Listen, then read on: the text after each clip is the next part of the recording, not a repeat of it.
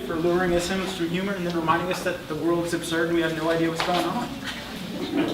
Our last reader is Matthew Clouser. He is a writer, basketball fanatic, chef and dog and book lover. I might have messed up the wording there, don't read into that. And he is from planet Earth. He specifies in his bio. So stop asking questions.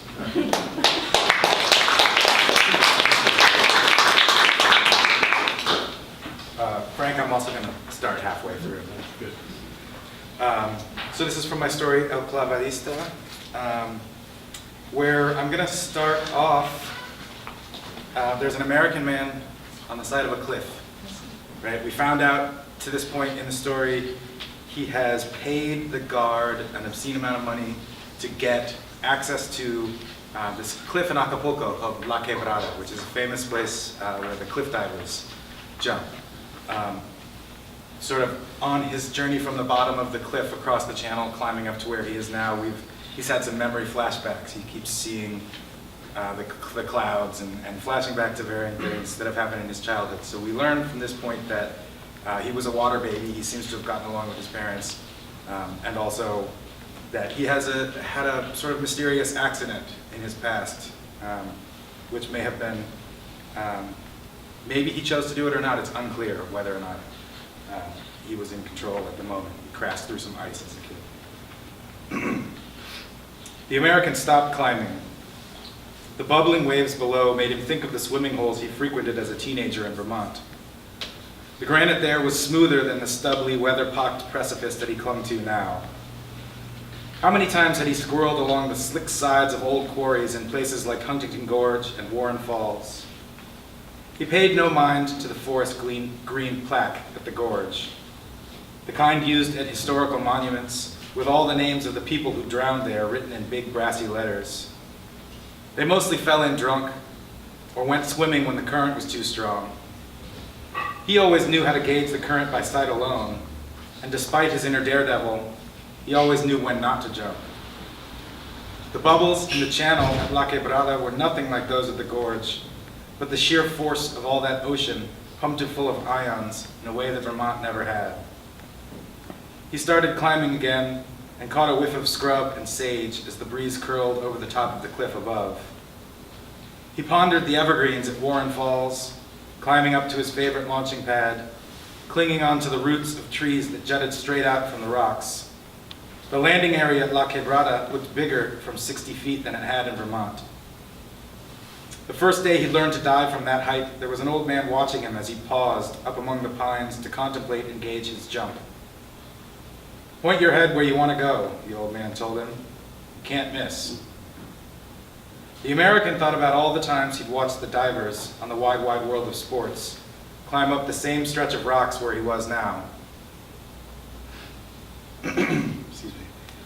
Every time it aired, he dropped whatever he was doing to watch, even into adulthood.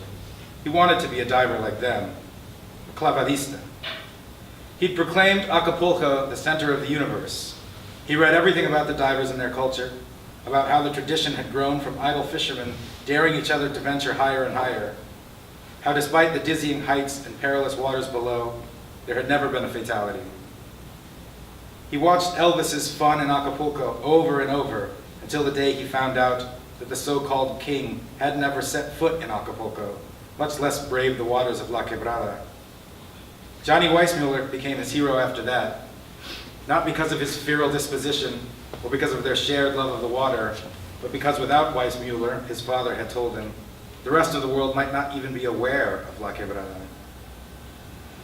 He felt a blast of gratitude as he reached the top of the cliff and hoisted himself onto the plateau. The sun was high enough that the light poured out from the clouds in thick yellow ropes. The rays bent around the American as he turned to watch them scatter and reconvene in splashes of bright aquamarine atop the dark tidal shallows. The color shot him back to that first trip west with his dad. They had just come out of the mountains. The turquoise was everywhere along the riverbanks. "Is this heaven?" "Do you believe in heaven?" said his father. "Not really." "So what then?" "I don't know. Looks like Buddha stones to me." The American held the color of his childhood in his mind. He squinted looking down the coast at the gulls assembled there, squawking, trying to catch a free ride on a surge of morning air. He turned and walked towards the famous shrines of the Virgen de Guadalupe, where the clavadistas pray before they jumped. He was pleased to see them still painted sky blue. He'd always loved blue the most. Yves Klein had made his hair stand on end. What was it Klein said about the realization of matter? He thought about Mark Rothko, too, and all the brooding secrets hidden in that chapel. But the American preferred the lighter shades. The swimming pools he grew up in were pale blue. Robin's egg was his favorite hue. It reminded him of a dream, of all his dreams.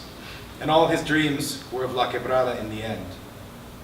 His parents told stories about taking him to the deep end after he learned to walk, his mother ushering him up the steps towards the edge of the diving board, his father waiting in the water below.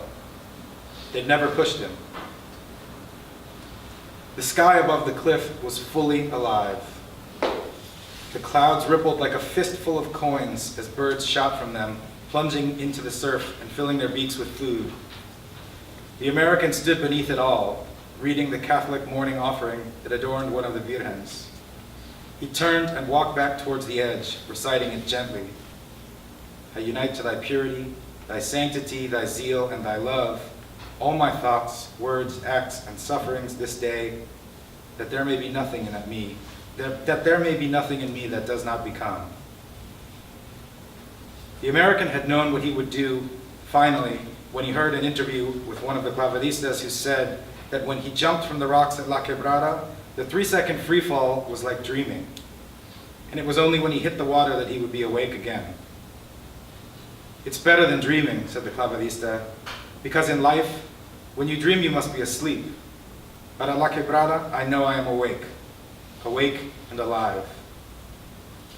The American looked into the 200 feet of empty space between his feet and the Sion below. The channel was rising. He counted the 5 seconds it took the waves to fill it fully. He counted to 5 as it emptied again. As it filled once more, he took a deep breath and pushed long and hard, everything, all the way out. He thought about what the guard and the old man at Warren Falls had told him, and grinned like a cat at the brimming channel. Counted 2 seconds and stepped into the void.